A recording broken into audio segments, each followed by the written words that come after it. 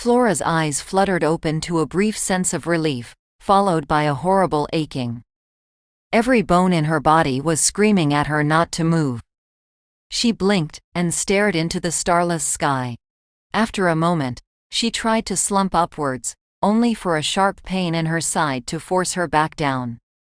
So she sat still, and reflected on how much she'd wished to have been employed into a safer occupation than the one that landed her where was she.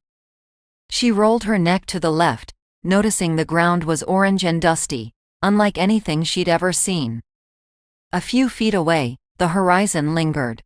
Maybe it was some kind of asteroid? Definitely a smaller planet. After a few moments, and a deep breath, she forced herself to look right to see, near the curve of the planet, a small wooden chair. Flora rose, walking towards it, barely noticing the bone sticking out of her forearm, or the blood dripping down her thigh. And as she moved, she saw him sitting there. A man in nothing but an oversized black tuxedo that flowed down to the floor like a robe. He smiled warmly, and gestured to the table before him, covered in all kinds of sugary treats and cups of tea. "Take a seat," he said, his voice echoing in Flora's mind. "On the table?" He blinked, and then his eyes widened. "Ah, right." Snapping his fingers, a chair materialized on the other side of the table. "Now you can take a seat." Grabbing a cup of tea, he rose it to his mouth, blew on it, and then took a bite, crunching away at the ceramic. The tea itself, meanwhile, proceeded to burn a hole into the table and plop onto the ground underneath. Flora watched it sizzle for a moment before evaporating instantly, leaving a black scorch mark on the orange dust. The man simply looked down and snickered.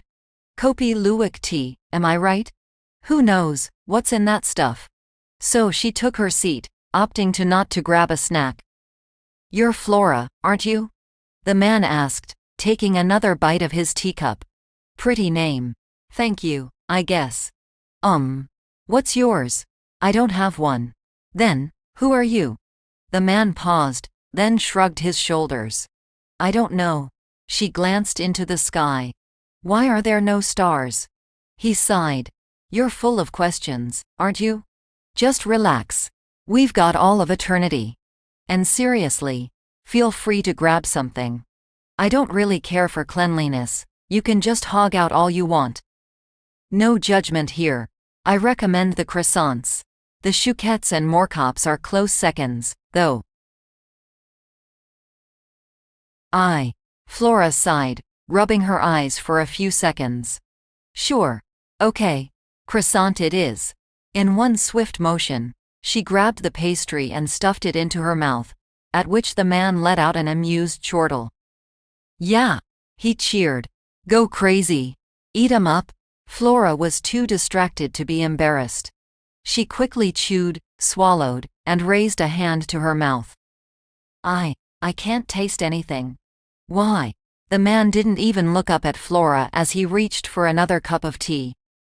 "Oh, yeah. Being dead will do that to you."